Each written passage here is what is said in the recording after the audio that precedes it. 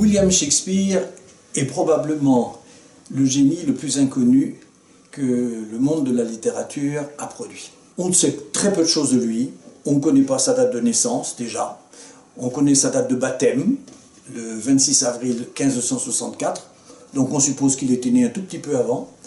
On a une vague idée de sa mort le 26 avril 1616, mais ça c'était dans le calendrier julien, et en fait dans notre calendrier il est mort un 3 mai. On sait qu'il a vécu à Stratford, né dans une famille avec des petits moyens, le papa était gantier.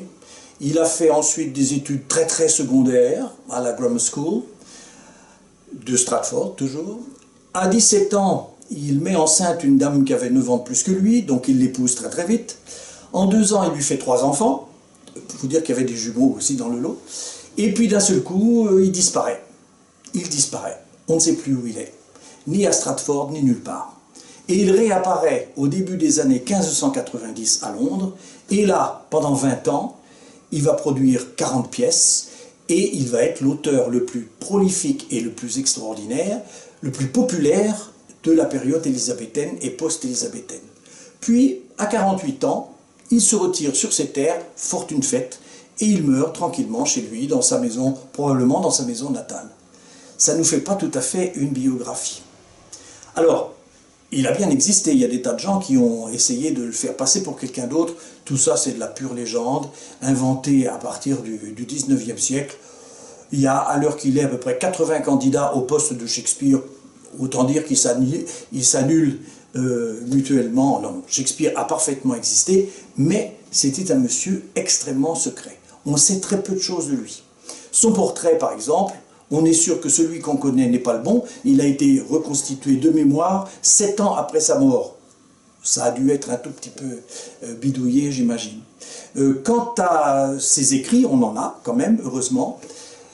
Mais sa signature elle-même, on n'en est pas tout à fait sûr, parce qu'il y a 12 traces de sa signature qui restent dans les archives, et les 12 signatures sont dans une orthographe différente. Donc vous allez me dire, pourquoi est-ce qu'on a choisi Shakespeare comme on l'écrit aujourd'hui? Tout simplement parce que c'est l'orthographe par laquelle il a signé son testament. Donc on a dit, c'est son testament, ça doit être du sérieux. Donc Shakespeare s'écrit comme ça uniquement parce qu'il a signé son testament de cette façon-là. Donc ce monsieur que personne ne connaissait, à part quelques contemporains quand même qui en ont parlé, comment faire sa connaissance? Ça paraît extrêmement difficile. Eh bien il n'y a qu'un seul moyen, c'est d'aller voir ce qu'il a écrit. Mais là aussi, c'était un homme extrêmement discret. Alors moi j'ai commencé par les sonnets, qui est l'œuvre probablement la plus difficile et la plus mystérieuse qui soit. J'ai beaucoup travaillé sur les sonnets, j'ai fait un gros essai chez l'Harmattan justement, sur les sonnets. Et à force de fouiller dans les sonnets, j'ai quand même découvert énormément de choses très personnelles. Il faut dire que dans les sonnets, il n'y en a que 154, et sur 154 sonnets, il y a 786 formes à la première personne. I, me, my, myself, etc. Les sonnets, c'est quand même moi, je, à peu près du début jusqu'à la fin. Mais encore une fois, on n'en est pas trop sûr. Et il faut toujours une contre-épreuve, il faut toujours une analyse de deuxième main. Donc, connaissant et maîtrisant assez bien, même très bien on va dire, les sonnets, je me suis jeté dans son théâtre et je me suis dit, qu'est-ce qu'on trouve comme correspondance entre les sonnets et le théâtre? Est-ce que c'est bien le même homme qui a écrit tout ça? Eh bien oui, c'est le même homme qui a écrit tout ça. Il y a quelquefois dans les pièces de théâtre des citations directes des sonnets, c'est incroyable.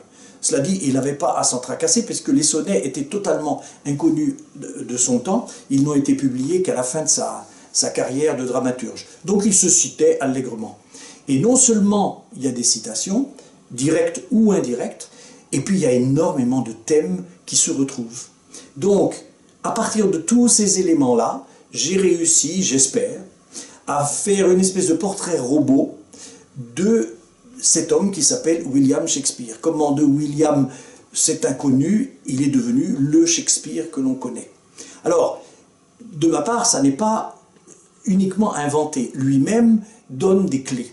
Parmi toutes les clés, une est très simple. Il explique très clairement dans son théâtre que son théâtre est un miroir qu'il tend à tout le monde. Donc il y a beaucoup de lui dans bon, Hamlet, on le sait très bien, ressemble beaucoup à Shakespeare par certains côtés, puisque quand il veut déceler la culpabilité du roi Claudius qui a tué le vieux Hamlet, il fait jouer une pièce de théâtre dans le théâtre, et cette pièce révèle complètement le roi, sa culpabilité, etc. Et Hamlet a ce mot magnifique qu'il dit « The play is the thing wherein I'll catch the conscience of the king ». Le théâtre est cette chose par laquelle je vais attraper la conscience du roi. Et c'est très exactement ce qu'il fait avec son théâtre. Et on retrouve dans ses pièces un certain nombre de personnages, rarement les personnages principaux, à l'exception peut-être d'Hamlet, mais toujours des personnages secondaires qui, à un moment ou à un autre, prennent en charge les événements dans la pièce, c'est-à-dire mettent en scène la pièce.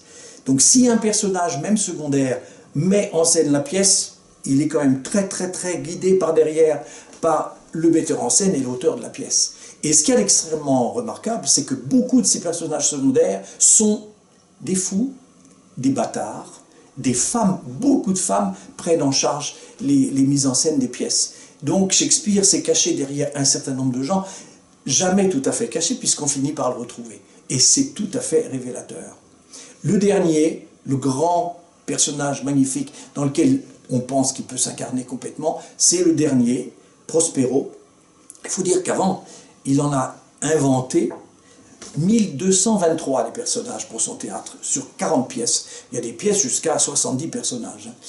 Donc, au milieu de tout ça, il faut aller chercher les personnages secondaires, et quand on arrive à Prospero, c'est sa dernière pièce, et sa dernière pièce, c'est son adieu. Et quand Prospero, le personnage, dit adieu dans la dernière tirade, c'est en même temps Prospero qui s'en va, c'est l'acteur qui termine la pièce, c'est le metteur en scène qui remercie les spectateurs, et c'est Shakespeare qui s'en va. Après la tempête, il n'a plus rien écrit, il s'est tu. Il considérait qu'il avait tout dit.